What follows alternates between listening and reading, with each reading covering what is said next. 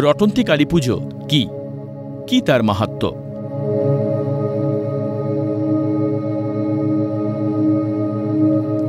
অন্যান্য কালীপুজোর মতোই এই কালীপুজো মহাসমারোহে আয়োজিত হয়।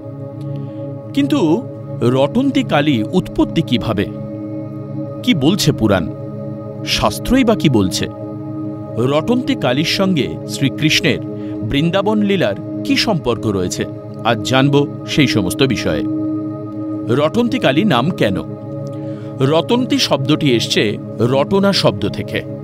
আপনারা বুঝতেই পারছেন, যার অর্থ কোনো কিছু রটে যাওয়া বা প্রচারিত হওয়া। কথিত রয়েছে এই দিনে মা দুর্গার উগ্রকেশী করাল রূপ মা কালীর দেবী মাহাত্ম্য ত্রিলোক জুড়ে রটে গিয়েছিল। তবে এই রটনার নেপথ্যে আরও একটি তত্ত্ব খাড়া করা যায়। সেই তত্ত্বের সঙ্গেই জড়িয়ে রয়েছে মহাভারতের অন্যতম নায়ক দেবকীপুত্র শ্রীকৃষ্ণ। মাঘ মাসের চতুর্দশী তিথিতে এই পুজো হয়। অমাবস্যা তিথির একদিন আগে এই পুজো অনুষ্ঠিত হয়। রটন্তী কালী পুজোর এটাই মাহাত্ম্য।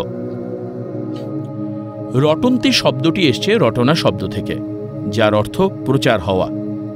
মনে করা হয় এই বিশেষ দিনেই দেবীর মহিমা চতুর্দিকে রটে গিয়েছিল। মা দুর্গার উগ্রকেশী মুক্তকেশী মায়ের মহিমা এই তিথিতে সর্বস্তরে রটিত হয়ে থাকে। আবার প্রচলিত লোককথা অনুসারে শোনা যায় এদিনই দেবী ছিন্নমস্তারও আবির্ভাব হয়েছিল। দেবী পার্বতী তার সহচরীদের খিদে মেটানোর জন্য নিজ মুণ্ডচ্ছেদ করে ত্রিধারায় রক্ত বাড়ি প্রকট করেছিলেন এবং ক্ষুধা নিবারণ করেছিলেন। অন্য একটি মতে কথিত আছে মাঘ চতুর্দশীতে অন্ধকারে শ্রীকৃষ্ণের বাঁশি শুনে শ্রী রাধা বিচলিত হয়ে উঠেছিলেন। সব ভুলে গৃহত্যাগ করে তিনি ছুটে যান শ্রীকৃষ্ণের কাছে।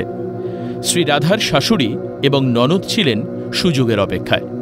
শ্রীকৃষ্ণ এবং শ্রী রাধাকে একত্রে হাতে নাতে ধরে আয়ন ঘোষের কাছে ছোট করবে। তারা কুঞ্জবনে শ্রীকৃষ্ণের সঙ্গে শ্রী রাধাকে কাছাকাছি আসতে দেখেন। আয়ন ঘোষকে এই দৃশ্য দেখানোর জন্য তাকে ডাকলেন তারা।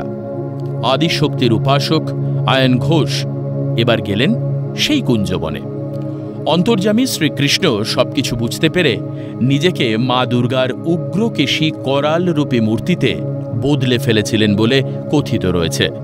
আয়ন ঘোষ দেখলেন আরাধ্যা মা কালী গাছের আড়ালে দাঁড়িয়ে শ্রীরাধাকে উষ্ণ আলিঙ্গনে জড়িয়ে রেখেছেন। আর এই দৃশ্য দেখার পর আয়ন ঘোষ বাকরুদ্ধ হয়ে অঝরে কাঁদতে লাগলেন। তখন রাধার সম্মান আরও বেড়ে গেল তার কাছে। তিনি এ সংবাদ রটিয়ে দিলেন সব জায়গায়। সেখান থেকেই রটন্তী কালী পুজোর প্রচলন বলে অনেকের বিশ্বাস। তাই বৈষ্ণবদের কাছেও এটি একটি বিশেষ তিথি। সব কালী পুজো অমাবস্যাতে হলেও রটন্তী কালী পুজো হয় সেই কারণের জন্যই চতুর্দশীতে।